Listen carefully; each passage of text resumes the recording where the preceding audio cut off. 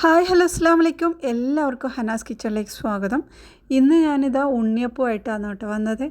അപ്പോൾ ഇത് തേങ്ങയിൽ ചേർത്തിട്ടുള്ള നല്ല സോഫ്റ്റ് ആയിട്ടുള്ള ഒരു ഉണ്ണിയപ്പമാണ്. ഇതെങ്ങനെ ഉണ്ടാക്കുന്നത് നോക്കാം, വീഡിയോയിലേക്ക് കിടക്കാം. അപ്പോൾ ഇതാ ഈ ഒരു ഉണ്ണിയപ്പം ഉണ്ടാക്കാൻ വേണ്ടി ഞാനിവിടെ പച്ചരി എടുത്തിട്ടുണ്ട്. അരി കുതിർത്ത് അരച്ചെടുക്കുന്നതാണ്. നല്ല സോഫ്റ്റ് ആയിട്ടുള്ള ഒരു ഉണ്ണിയപ്പമാണ്. അപ്പോൾ ഇതിനായിട്ട് ഇതാ 1 കപ്പ് എടുത്തിട്ടുണ്ട്.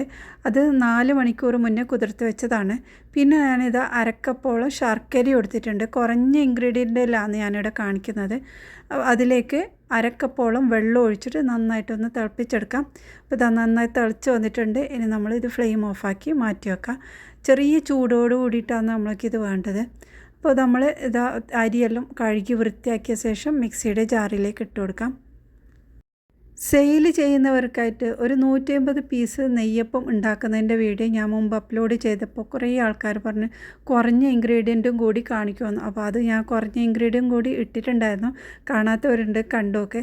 അപ്പോൾ അതുകൊണ്ടാണ് ഇത് ഞാൻ കുറഞ്ഞ ഇൻഗ്രീഡിയൻ്റ് ഉള്ള ഒരു ഉണ്ണിയപ്പം ഉണ്ടാക്കാമെന്ന് വിചാരിച്ച്. ഇനി നമ്മൾക്ക് ഇതിലേക്ക് തേങ്ങ ആണ് ചേർക്കുന്നത്. തേങ്ങ ഉപയോഗിച്ചിട്ടാണ് കേട്ടോ ഉണ്ടാക്കുന്നത്. അതുകൊണ്ട് തന്നെ നല്ല സോഫ്റ്റ് ഉണ്ട്. 1/4 കപ്പ് തേങ്ങ എടുത്തിട്ടുണ്ട്. അതുപോലെ 1/4 കപ്പോളം ചോറും എടുത്തിട്ടുണ്ട്. അത് ഇതിലേക്ക് ചേർത്ത് കൊടുക്കാം. ഇനി ഇതിലോട്ട് നമ്മളിതാ ഏലക്കയാണ് ചേർക്കുന്നത്. 3 ഏലക്ക എടുത്തിട്ടുണ്ട്. അതിൻ്റെ തൊലി കളഞ്ഞ് സീഡ് മാത്രമായിട്ട് ഇടുന്നത്. അപ്പോൾ സാധാരണ എല്ലാവരും പഴമെല്ലാം ഉപയോഗിച്ചിട്ടല്ലേ ഉണ്ടാക്കുന്നത്. അപ്പോൾ നമ്മൾ തേങ്ങ മാത്രമായിട്ട് ഉപയോഗിക്കുമ്പോഴില്ലേ നല്ല സോഫ്റ്റും നല്ല ടേസ്റ്റുമാണ്. ഈ ഒരു രീതിയിൽ ഞാൻ നെയ്യപ്പം ഉണ്ടാക്കിയിട്ടുണ്ട്. അത് നല്ല ടേസ്റ്റ് ഉണ്ട്. അപ്പോൾ നല്ല സോഫ്റ്റാണ് ഇങ്ങനെ ഉണ്ടാക്കുമ്പോൾ. കൂടുതൽ നമ്മൾ ലൂസാക്കാതെ ഇരുന്നാൽ മതി. നല്ല കട്ടിയിലായിട്ടാണ് നമ്മളിത് അരച്ചെടുക്കേണ്ടതും. ഇനി നമ്മൾ ശർക്കര ഒന്ന് അരിച്ചെടുക്കാം. അപ്പോൾ ഇത് ചെറിയൊരു ചൂടോട് കൂടിയിട്ടാണ് കേട്ടോ ഞാൻ ഒഴിക്കുന്നത്. നമ്മൾ കൈയോട് തൊടാൻ പറ്റുന്ന അത്രയും ചൂട് മതി. അപ്പോൾ ഇതും അരക്കപ്പോളം ഉണ്ട്.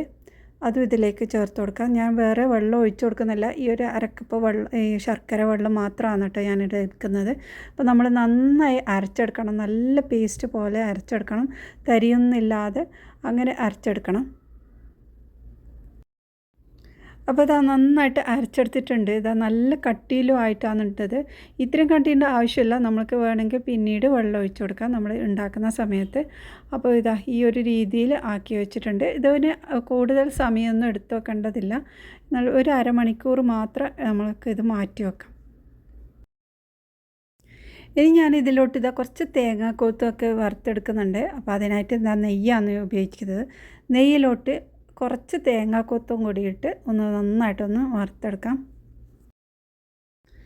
ഇനി നമ്മുടെ തേങ്ങാക്കൊത്ത് ഇതിലേക്ക് ചേർത്ത് കൊടുത്തിട്ടുണ്ട്. അതുപോലെ ഉപ്പും കൂടി ചേർത്ത് കൊടുക്കുക. ഒരു 1/4 ടീസ്പൂൺ ഉപ്പാണ്. അതുകൊണ്ട് നന്നായിട്ടൊന്ന് ഇളക്കിയെടുക്കാം. അപ്പോൾ ഇതാ ഈ ഒരു കട്ടിയിലാണുള്ളത്. ഇത്രയും കട്ടീൻ്റെ ആവശ്യമില്ല. കുറച്ചൊന്ന് ലൂസാക്കി എടുക്കണം. കൂടുതൽ ലൂസാവാതെ ശ്രദ്ധിക്കണം. അപ്പോൾ ഒരു 3 ടേബിൾ സ്പൂൺ വെള്ളമാണ് കേട്ടോ ഞാനിതിലേക്ക് ഒഴിച്ചിട്ടുള്ളത്.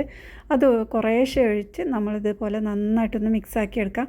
നമ്മൾ നല്ലോണം ലൂസാക്കി കഴിഞ്ഞാൽ ഇത് ഉണ്ടാക്കുന്ന സമയത്ത് പൊട്ടി ഒലിച്ചു പോകുന്ന ആ ഒരു രീതിയിലാവും. അതുകൊണ്ട് തന്നെ കൂടുതൽ ലൂസാക്കാതെ നല്ല കട്ടിയിൽ തന്നെ ആയിട്ടാണ് വേണ്ടത്. ഇനി നമ്മൾ ഉണ്ണിയപ്പം ചട്ടിയിൽ ഒഴിച്ചിട്ട് നമുക്ക് ചുട്ടെടുക്കാം. അപ്പോൾ ഓയിൽ ഒഴിച്ചു കൊടുത്തിട്ടുണ്ട്. ഇതിലേക്ക് നമുക്ക് ഒഴിച്ചിട്ട് 2 ഭാഗത്ത് തിരിച്ചും മറിച്ചോട്ട് നല്ല ഗോൾഡൻ കളറാവുന്നവരെ ഫ്രൈ ചെയ്തെടുക്കാം. നല്ല ഈസിയിൽ ഉണ്ടാക്കാൻ പറ്റുന്ന ഒരു ഉണ്ണിയപ്പമാണ്. പഴം ചേർക്കുന്നില്ല, കൂടുതൽ സമയം നമ്മൾ എടുത്ത് വെക്കുന്നില്ല, ബേക്കിംഗ് സോഡ ഒന്നും ചേർക്കുന്നില്ല. നല്ല സോഫ്റ്റും നല്ല ടേസ്റ്റും ആയിട്ടുള്ള ഒരു ഉണ്ണിയപ്പമാണ്. ട്രൈ ചെയ്തിട്ട് നിങ്ങളുടെ വലിയൊരു അഭിപ്രായം കൂടി അറിയിക്കണേ.